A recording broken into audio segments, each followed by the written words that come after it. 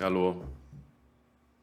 Olá, pessoal. Hoje eu vou falar sobre o testemunho. O testemunho, o seu testemunho tem poder. Você acredita? Tem uma história bem interessante que eu quero falar. É sobre a história a história do rei Ezequias.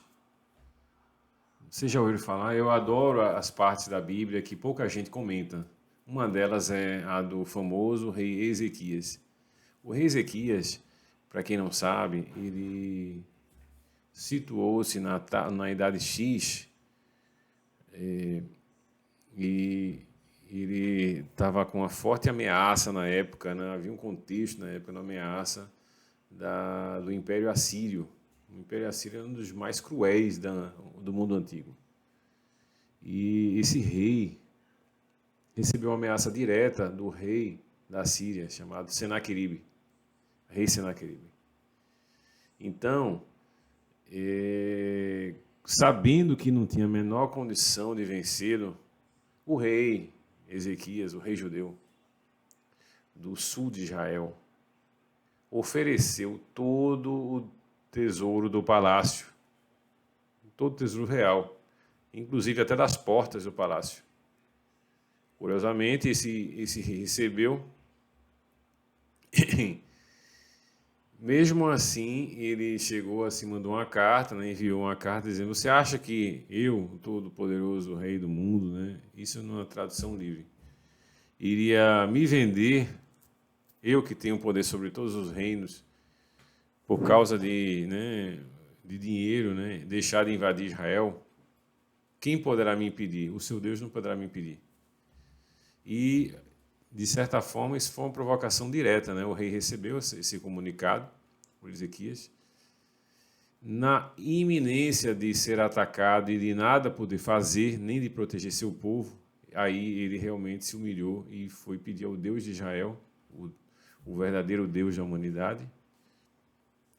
Humilhou-se vestindo pano de saco, de estopa, diante do trono. E que tudo, segundo a palavra, né, segundo as escrituras, ele se jejuou, ele fez de tudo. E diz a palavra, né, em Reis, que ele ouviu do céu, o Senhor Deus ouviu do céu o clamor de Israel. E esse clamor foi assim, essa humildade do rei comoveu tanto a Deus, né, ao nosso Senhor, que ele tomou aquela guerra com uma questão pessoal. E no dia da batalha, quando Israel estava cercada, no dia do cerco, apareceu do céu, né, assim, segundo as escrituras, um raio de luz, né, um feixe de luz. Na verdade, uma coisa tipo que hoje mais próximo disso seria uma bomba atômica. Tão grande em que, em questão de segundos, derrotou o Império Assírio, o maior império na época. Também, segundo as escrituras, haviam 185 mil soldados, ou seja, uma falange, né? Para o mundo antigo, ainda hoje, 185 mil soldados é muita coisa. Imagine no mundo antigo. Para você ver. Então, quem venceu a guerra foi Israel?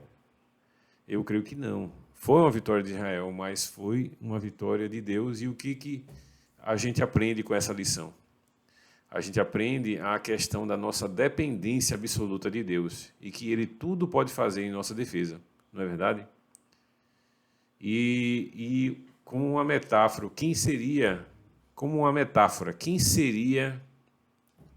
esse império assírio, esses 185 mil soldados? Pode ser um abismo financeiro que você está enfrentando, pode ser também uma doença incurável, né? Quantas pessoas estão nos corredores dos hospitais, ou mesmo em casa, desenganado pelos médicos? E o que é que isso pode alertar a gente? Porque o impossível, para Deus, nada é impossível. Da mesma forma que Israel venceu a Assíria por uma matemática impossível aos olhos humanos, nós também podemos vencer uma improvável recuperação financeira, uma doença incurável e tudo mais. Não é verdade? Então, essa é a lição de hoje que eu deixo. Eu fico assim... É uma das histórias que mais me emocionam, sabe? Eu confesso que essa é uma das histórias que mais me emocionam na Bíblia. Por quê? Porque é uma história pouco contada. Escreva aqui embaixo se você já ouviu essa história.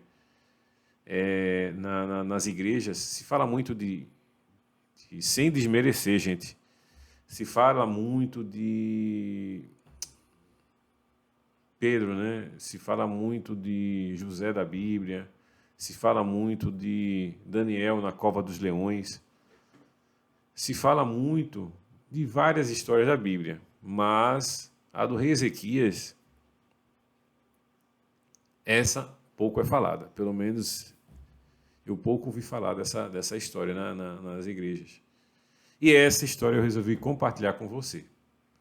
Ok? Então, se você gostou, deixa um joinha, clica aí no inscreva-se, dê esse testemunho e passe adiante essa história, porque essa história realmente é fantástica, fantástica. Eu acho que é sem igual. E ela dá muito pano para manga, né? Porque ela, na minha visão, ela até incentiva, né, as pessoas, né, que estão numa situação de limítrofe, a ponto até de querer fazer uma besteira, né, tirar a vida, e que não é necessário. Procure a Ele primeiro, ok?